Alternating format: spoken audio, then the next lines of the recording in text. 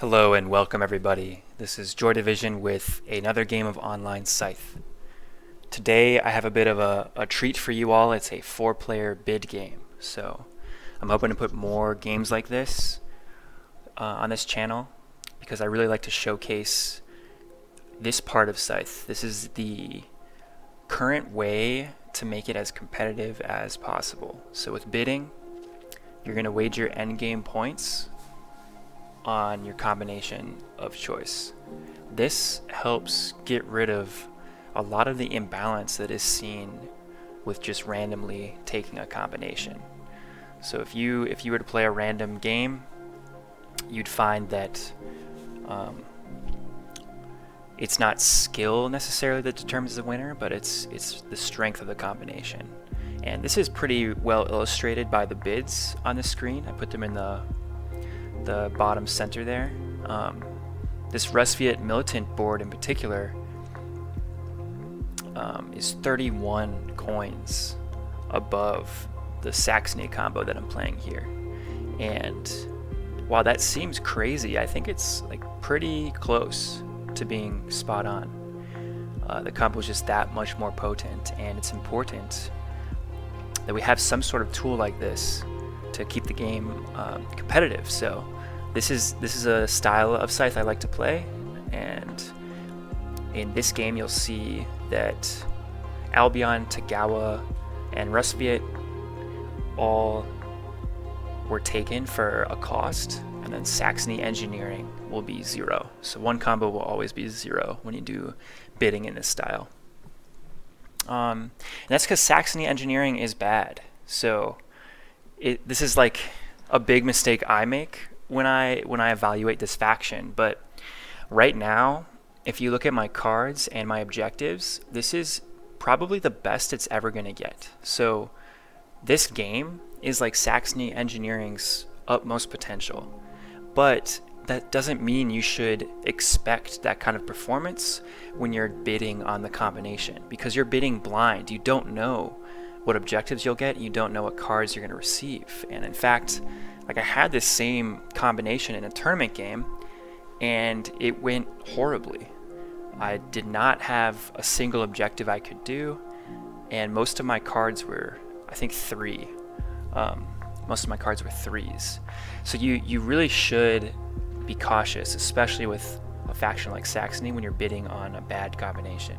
Now, why is Saxony Engineering so bad? Well, its opening resources, metal and oil, seem to be good, but without food and wood at easy access, this board is very bad.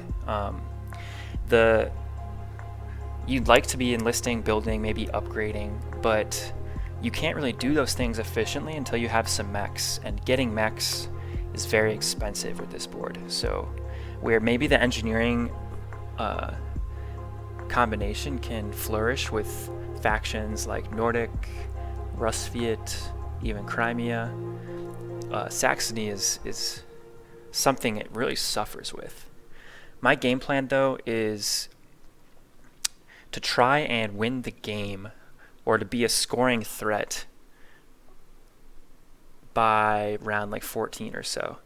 And I say that because Scythe Militant could theoretically end around that time. And if they're able to do so without anyone stopping them in the middle, they could cover that 31 bid, and that's pretty scary. So I'll need to make sure that I'm ready to respond and react to what they're doing by that time. So how am I going to get there fast enough? It's going to look like a rush game. I'm going to be making 4 mechs and 8 workers. That's brilliant because I can just focus on one bottom row star. I don't have to do 2. If I only had one objective I could do, I would either have to go all in on extra combats, or I'd have to pick a second bottom row action. And with this board and my setup here, the only way you're going to get 2 bottom row stars, and by bottom row stars I mean upgrade, mech, building, and enlist. Technically you could say workers are a bottom row star, but I don't count them in that. The only way I would get a second one with this setup here is to get a factory card or multiple fantastic encounters, which you should not really gamble on. I'm going to make almost no money because I'll be trading a ton, and I won't really be doing anything that yields me coins, unfortunately. And that's why this combination is so low in the bidding. It's just not that good. However, we're going to make the most of it and try to play to our win condition here. I have two IFA opponents, so you see Albion and Togawa. When you're playing against those two, you know they're going to take a longer time to get to the middle. And I can use this to my advantage. I'll come back to this point in a second here, but I want to talk about what Rustviet just did. Oh, wow. Okay, they chose a factory card. How did we get here? Rustviet made Township as their first mech, and then when they had enough metal, they moved directly to the factory and deployed Speed. And then they just took the Produce factory card, which is very strange. So they're going to spend like a coin and a card to produce and move.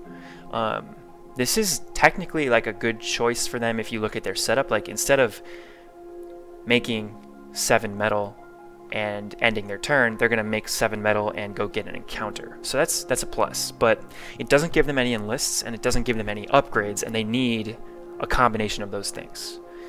Alright, it's our turn here.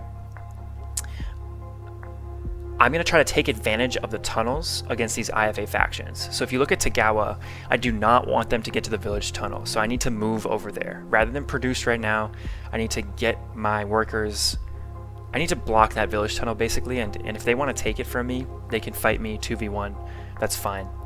I also want to situate myself on the iron tunnel, and this is important because I can be a move away from a combat against either of them, and I can kind of bide my time getting my worker star, getting my mech star, until it's a good opportunity for me to fight. If I don't move to the tunnels early, they can really turtle up and fortify those positions to where I don't want to jump on them even if I could. So the key with this situation here is patience. If I was to try to go all combat all the time without getting 8 workers, I put myself in a really difficult position to bloat my score and to complete my objectives. The vast majority of my points this game are going to come from 2 things. It's stars and territory count. I'll get almost nothing from coins. I'll get almost nothing, nothing from like economy. And that's a tough spot to be in, because if a player doesn't care about popularity, they can just send your workers home and put you in a really, really rough position. Okay, Rustviet just got 3 popularity. So if you think about their strategy, is someone who's bidding 30 coins to play this faction, they really want to make sure they have 7 pop or more. So that was a big find for them. They got a bunch of metal and 3 pop. That's huge. You'll notice like we had an opportunity to block them from getting there, but they could have actually townshipped home and gone to another encounter like you just saw now. So that would have been a waste of time for us. We're just going to have to concede that they're going to get plenty of encounters early in the game like this. They're just far more mobile than any of their opponents right now. Alright, Togawa has a mech. They have 2 mechs and a trap, but they're the only one I can fight realistically here. And they also have the added bonus of being on an iron space. So if I win that fight, it puts me in a wonderful position to stay mobile from with underpass. I need to make sure... Okay, so I got my workers like I talked about. I need to make sure that I am now spreading and putting myself in a position to turn in my objectives at the best time. So you don't want to necessarily cash them immediately, but you want to be in a position where you could burst your way into 6 stars suddenly. So I'm going to make disarm, and I think it's time to go in on Togawa because Albion is just too far away. There's a worker in the way, and they're all the way in that village space. So even if I get there, it'll be difficult for me to do anything afterwards. We'll see what mech they made. Okay, they made shield. So now they are in range of me, but they're going to be bumped up to 7 power, and I can't really counterattack. efficiently if I lose. Alright, Rustfield on the move. They're really starting to ramp up their mech and coin count by moving to encounters repeatedly. So they're still a ways away from ending the game because they just aren't close to a second bottom row star. They need one upgrade, but I see they have the oil now, so it's only going to be a matter of time before they're enlisting every turn. That's okay though, because it's pretty funny to look at the coin counts there. I'm at a massive 2 coin total there. It's kind of brutal. Okay, this is good. Togawa's moving, so they have 2 targets now we can choose, and if I'm Togawa, one of those traps is power and one is cards most likely. I really want to make sure I hit the power trap, because I mean, cards wouldn't hurt too bad, but I only have 2 power anyway. I'm done producing. It's not that big of a deal to me. Losing 2 cards though, like if I lose my 2 best cards, that's massive. Okay, this is great. I found the power trap, and now I'm just gonna go 2v1 to punch in the win here. Togawa has 4 power, and the innovative board produces to build a mech, so they definitely want to produce more.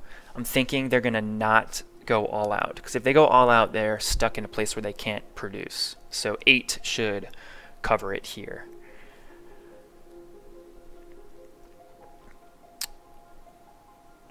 Okay, we get sent home. They threw 9. That is too bad, but the good news is they're at 0 power, so we can just walk back in on them. I've got a lot of cards, so my factory card is going to help me not completely waste turns when I move back to counterattack. I'll be like making 3 coins at least. Okay, they bolstered. That sucks. They bolstered back up, so now we're 3 down in terms of power. But if you look at their card count, like this is a good situation for me still to dive in, because they're very low on cards. So there's my factory move. We'll see if they're willing to spend power again.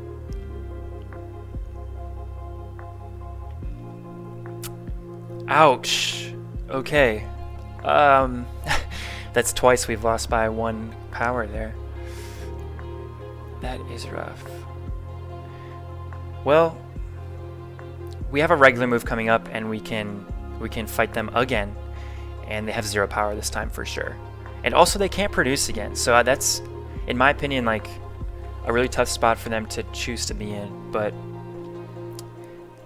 here we are wasting multiple turns in a row with no stars. It's scary when you see this, because Rustfield, that's like exactly what Rustfield wants, is my turns to be dead, and that's what they've been getting so far.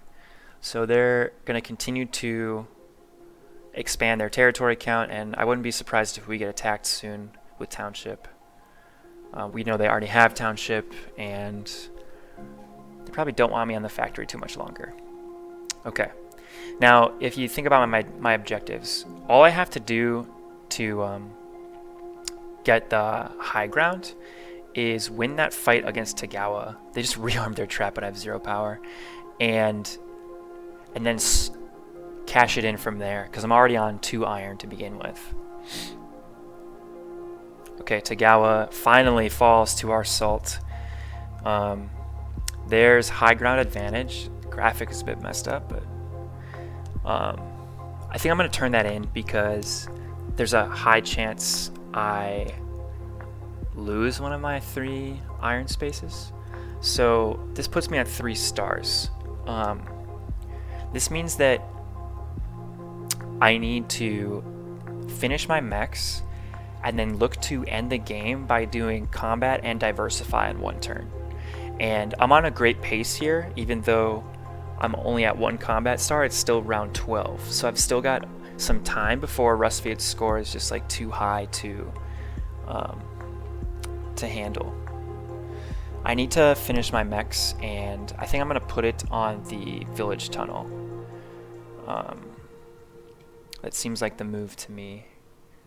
I've still got plenty of cards, so I have a feeling I'll be able to win another fight, especially if Togawa moves. The worst thing that could happen to me is Togawa doesn't move, but in their position, if they don't move, they're not really going to do anything significant. So hopefully that's enough motivation for them to get back on the board. Albion with their second mech, they got Rally. Togawa getting even more power. Yikes. Yeah, so... Oh, here they are. This could be game. So we do not want to win this fight. You can see we got sent home, actually. We didn't want to win that fight because that would have put us at 5 stars. And if we're at 5 stars, Rustviet can dive into us and force us to lose fights.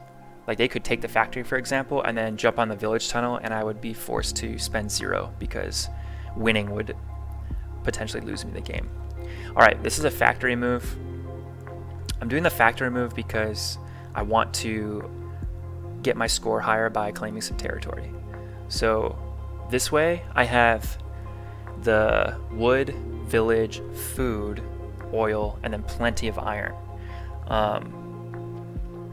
If I lose the village space or the food space, I can get it back pretty easily. If I lose the wood space, that might be a little challenging, but I still think it'll be okay because being able to move 3 mechs and disarm should be enough to win me a fight. And they'd have to also guess that diversify is my objective here. So we got 2 players in tier 2 pop, and this factory is actually going to be huge for red. So that's, instead of just being 6 points plus a star, so instead of being 9 points for the factory combat here, it's going to be 12, which is pretty good. Okay. Yeah, so we'll check the total in a second here, but that should be huge for red. They just jumped up to 66, right? They were in the low 30s before that move. So right now they're beating us by they're beating us by 33 points, which covers their bid. But we are going to have the opportunity to move here and end the game because if you look at our tiles, we still have the diversify covered, and as long as we can beat Togawa, that's going to be 6 stars. All right. So 3 cards should be enough. I know Togawa's been low on cards and they spent some good ones already, so I'd be shocked if they beat us here.